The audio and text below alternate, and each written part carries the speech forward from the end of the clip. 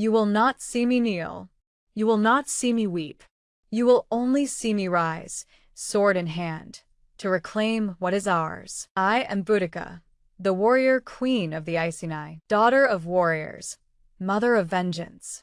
I was not born to rule, but fate placed a crown upon my head. I did not seek war, but war was forced upon me. I did not ask to become a legend, yet here I stand, remembered through the ages. I led my people in rebellion against the might of Rome, a force that crushed kingdoms beneath its iron grip. They thought they could break me, humiliate me, take my land and my daughters, and I would do nothing. They were wrong. I burned their cities. I slaughtered their legions. I made Nero himself tremble in his palace in Rome. I did not win the war, but I proved that even the greatest empire the world has known could bleed. This is my story. I was born into the Iceni tribe, one of the great peoples of Britannia, in a land of rolling hills, thick forests, and sacred rivers.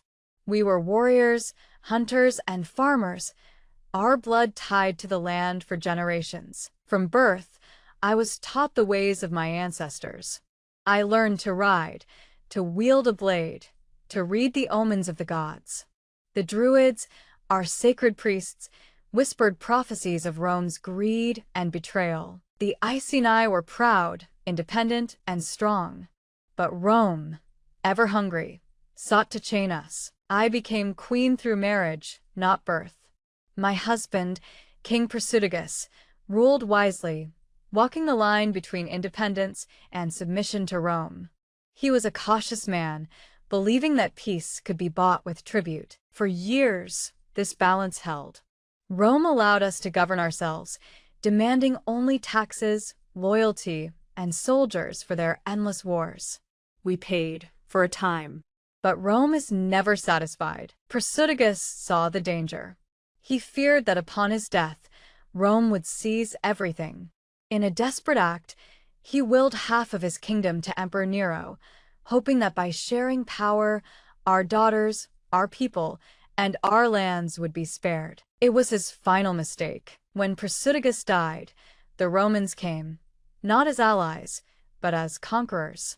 They ignored his will, declaring that the Iceni belonged to Rome, body and soul. They stormed our villages. They seized our lands. They demanded that I, the queen, kneel before them like a slave. When I refused, they beat me in front of my people. But their worst crime was against my daughters. They violated them, those Roman beasts, as a message to all of Britannia: submit or be destroyed. That was the moment Boudica died. In her place, a warrior was born. The Druids spoke of vengeance. The gods demanded Roman blood. I raised the war banner of the Iceni, and the flames of rebellion spread across Britannia. The Trinovants joined us. The Cativalani came. Tribes that had once warred against each other now stood together. I swore an oath before the gods, before the earth and sky. I will not rest until the Romans are driven from our lands. I will burn their cities, slay their legions, and cast their bones into the rivers. With an army of 100,000, we marched. Our first target was Camulodunum, modern Colchester, the old capital of the Cativalani, now a Roman stronghold.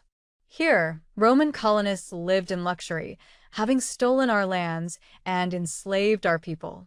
They built their temples to Claudius, their so-called divine emperor, believing they were untouchable. They were wrong. We stormed the city, smashing through their walls, slaughtering every Roman inside. The men, the women, the children, all fell beneath our blades. The great temple of Claudius, their center of worship, became a funeral pyre. Not a single Roman was left alive. The governor of Britannia, Gaius Suetonius Paulinus, was away, crushing the Druids in Mona, Anglesey. This was our chance. We turned south, striking at Londinium, modern London. The Romans abandoned the city, fleeing before us. But we did not spare Londinium. We burned it to the ground, just as we had Camulodunum. The streets ran red with blood, and we left the ruins smoldering behind us. Then we marched on Verulamium, St. Albans. Once again, Fire and death followed in our wake. Rome was trembling. Even Nero, the emperor himself, considered withdrawing from Britannia. For the first time, they feared us. But Rome does not break so easily. Suetonius returned, gathering what forces he could, perhaps 10,000 legionaries against my 100,000 warriors. They chose the battlefield well, a narrow valley where our numbers would mean nothing. We charged like a storm, but the Romans held. Their shields locked, their swords struck, and the fields were painted red with our blood. The battle was a massacre.